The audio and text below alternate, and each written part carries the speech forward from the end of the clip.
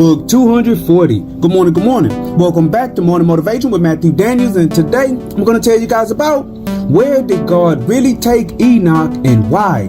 That's right, where did God really take Enoch and why? But what is Matthew Daniels talking about? A long time ago, an Israelite scribe wrote down a single sentence that has caused mankind to debate, wonder, and hypothesize for literally thousands of years. This sentence, which the scribe wrote, was this. He wrote, "And Enoch walked with God, and he was not, for God took him."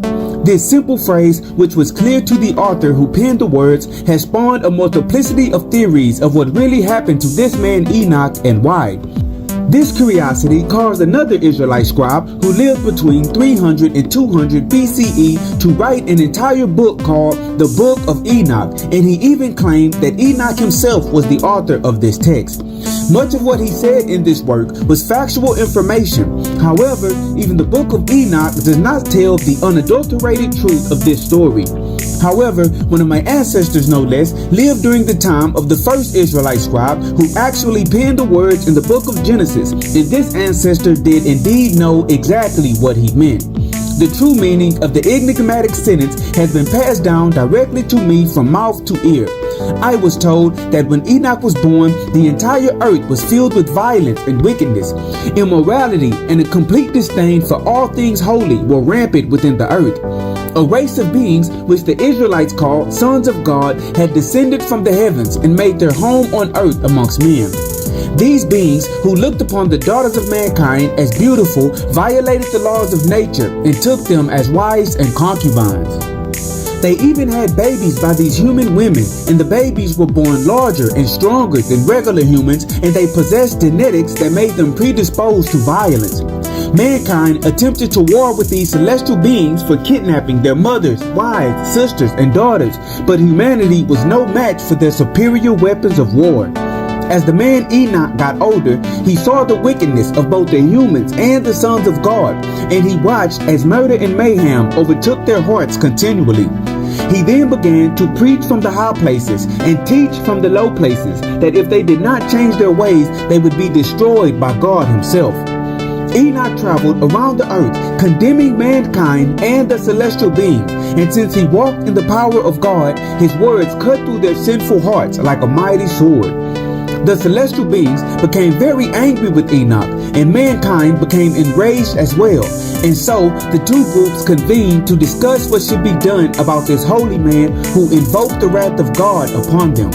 Deciding that Enoch should die for his words, they caught him in the fields one day with his head down in prayer, and they fell upon him and beat him to the point of death. When God heard Enoch cry out to him, his heart was hurt. Enoch was the last human left who loved God with his whole heart. So God came down from his throne, picked up the body of Enoch, and carried him swiftly to the Garden of Eden, which was sealed off from mankind. Then God gave Enoch the fruit of the tree of life, and his soul promptly returned to his body. God embraced Enoch and said that he would now live forever because he righteously walked with God.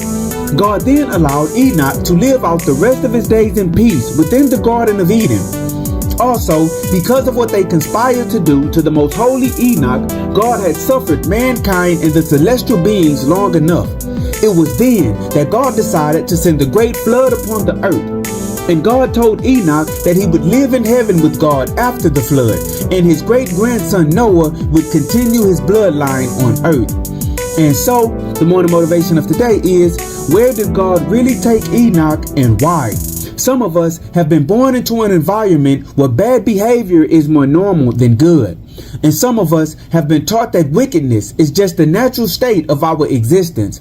However, regardless if those around you have descended into degenerate behavior, it is your natural state to be righteous and good.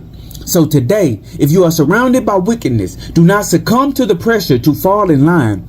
Instead, pave your own path by being different, and you will be rewarded in time.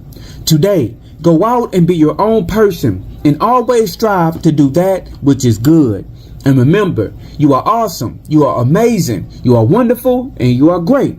And you are going to change the world. I just hope I'm still alive to see it, family. I'm out. Good morning. To order books by the author Matthew Daniels, search Matthew Daniels on Amazon.com or visit www.dandyandbigherm.com.